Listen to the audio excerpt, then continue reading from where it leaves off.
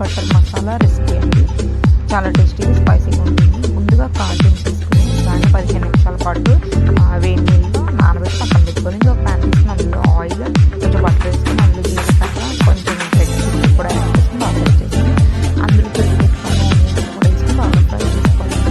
అందులో కొంచెం ginger garlic, కొంచెం గ్రీన్ చిల్లీ, కారం, ధనియాల పొడి, పసుపు, సాల్ట్ కూడా యాడ్ చేసుకొని బాగా ఫ్రై చేసుకోవాలి.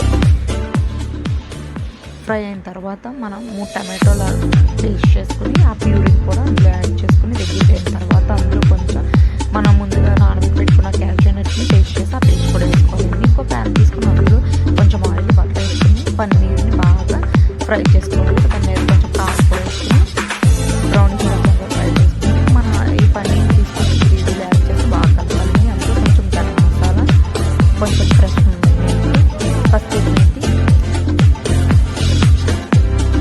వేసుకుని బాగా ఫ్రై అయిన తర్వాత పైన కొత్తిమీరతో గార్నిష్ చేసుకోవడమే. అంతే, ఎంతో టేస్టీ రుచికరమైన